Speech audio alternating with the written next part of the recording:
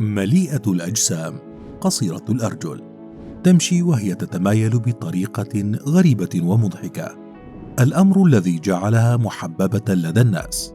لكن إذا ما نظرنا إليها من زاوية أخرى، فإن لطيور البطريق جانب مظلم، فالذكر يخون الأنثى باستمرار، والأنثى تسرق كتاكيت الآخرين، والكتكوت يعيش حياته مهددا بالخطف أو الموت، ثم يكبر عاطلا عن العمل.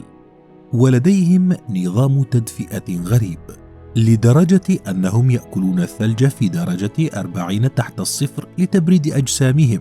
وقبل أن نحدثكم عن تفاصيل هذه العادات وغيرها، ندعوكم للاشتراك في قناتنا والإعجاب بالفيديو. طيور البطريق هي عائلة مكونة من 18 نوعا من الطيور البحرية، تعيش غالبيتها في نصف الكرة الجنوبي وفي المناطق المعتدلة أو المدارية من حيث المناخ.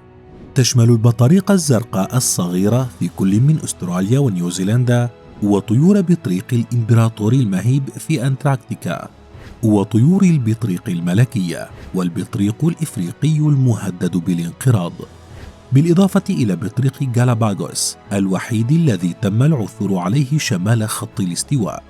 على الرغم من أن هذه الكائنات لا تمتلك أجنحة، لكنها تصنف من الطيور، وتمتلك بدلا من الأجنحة زعانف تمكنها من السباحة بشكل جيد، حيث يمكن أن تصل سرعة بعض الأنواع في البحر إلى 15 ميلا في الساعة.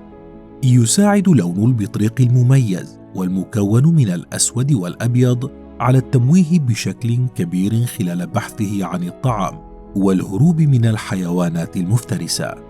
يقدر العدد الإجمالي لبعض الأنواع مثل الإمبراطور بمئات الآلاف، وهناك أنواع قد تصل إلى الملايين. معارك الأنثى الطاحنة. في مرحلة التكاثر يبني البطريق عشه على سطح مستو، ويعود إلى العش نفسه طيلة حياته.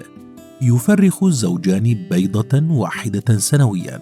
بعد وضع البيض تغادر الأنثى إلى البحر للبحث عن الغذاء، قاطعة أكثر من 160 كيلومترا من المستعمرة إلى البحر، وتترك خلفها الذكر ليرعى البيضة، والذي يجب ألا يبتعد عنها وإلا سيفقدها بسبب البرد. يحتضن ذكر بطريق الإمبراطور البيضة ويمسكها بقدميه، ويعيش على احتياطات الدهون المخزنة في جسمه. بعد أسابيع تعود الأنثى لإراحة زوجها من الحضانة، وبسبب عدم قدرة الذكر على تحركه من مكانه، فإنه يخسر حوالي 20 كيلوغراما من وزنه، أي ما يعادل 45% من إجمالي كتلته.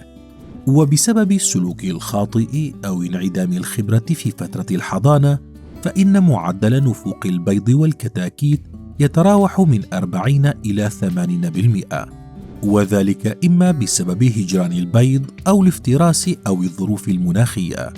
أما إذا نفق صغير أنثى بطريق الإمبراطور، فإنها تقوم بتبني كائن صغير منبوذ من مجموعته، وعندما لا تجد ما يمكن أن تتبناه، هنا يندلع عراك بين حشود كبيرة من إناث البطريق لانتزاع الأفراخ من بعضها البعض، وقد تستمر هذه المعارك لأيام.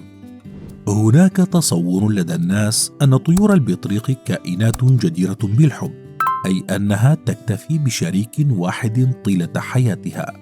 لكن في عام 2012 كشفت دراسة بحثية أن هذه الكائنات تبدل شريكها في كل موسم للتزاوج، ويتسم سلوك البطريق الجنسي بالانحراف، حتى لوحظ أن بعضهم يمارس الجنس مع حيوانات نافقة. أما عن كيف تقوم طيور البطريق بتدفئة نفسها في العواصف الثلجية، فإنها تجتمع بإحكام في مساحة صغيرة ضمن مجموعة منظمة، وتوفر هذه العملية الحرارة اللازمة للبطريق، حتى أن بعض طيور البطريق تعاني من ارتفاع الحرارة الكبيرة نتيجة التقارب، ما يضطرها لأكل الثلج حتى تبرد أجسادها.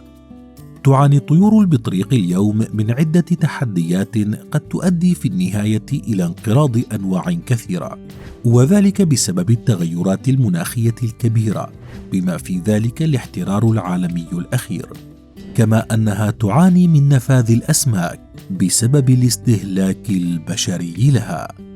فهل أنت من محبي هذه الطيور؟